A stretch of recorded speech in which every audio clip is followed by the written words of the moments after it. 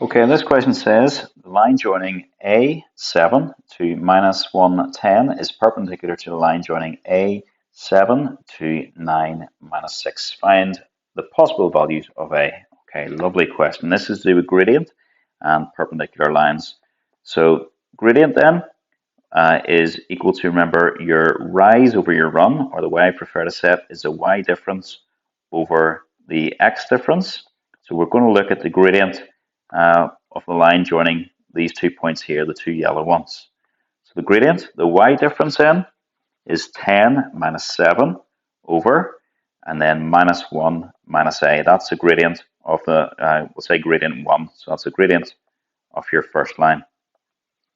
Your gradient of your second line then, so same idea, y difference over x difference. Oh, I should tidy this first line, this first one up. So first of all, it's going to be 3 over minus 1 minus a.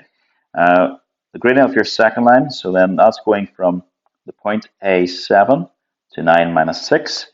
Again, y difference over x difference, so that's going to be, in this case, that's going to be, I'll go for minus 6 minus 7 over, and then my x difference is 9 minus a.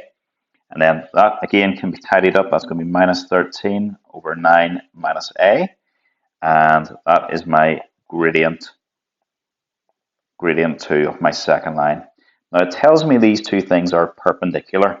If two lines are perpendicular, then that means gradient 1 is going to be the negative reciprocal of gradient 2, or else you put minus 1 over the other gradient. Now, the easy way to do it in this case, I'm just going to put 3 over minus 1 minus a is equal to the negative reciprocal of this. So we're going to flip this thing, turn it upside down, and change the sign of that 13. So it goes 13 on the bottom and 9 minus a on the top. So that was our gradient 1 is equal to the negative reciprocal of gradient 2 if they're perpendicular, two lines are perpendicular. Now what we're going to do is just cross multiply. So just cross multiply will get us here. So that means what I'm going to do is bring this 13 across here and multiply, and bring this across. Lovely, so we're going to get a quadratic. 3 times 13 is nice enough, that's just 39. Then you have minus 1 minus a, and that's times 9 minus a. I would just keep it in its current form and multiply out. So you multiply out, you do minus 1 times the 9 will give you minus 9. You do minus 1 times minus a would give you positive a. Then I'll do minus a times minus 9 is minus 9a. And minus a times minus a would give me positive a squared.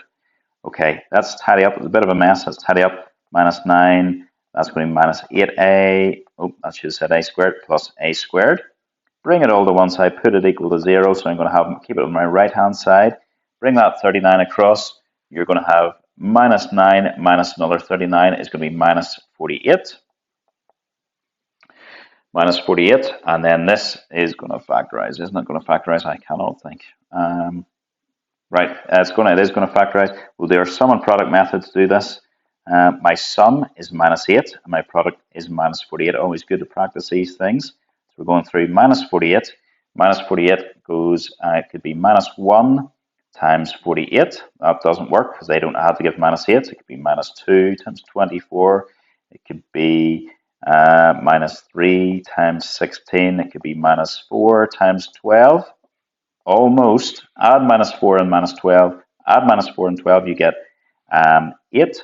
So if we change that around and make that positive 4 and a minus 12, that would work. Because 4 and minus 12 multiply to give minus 48, and they add to give minus 8.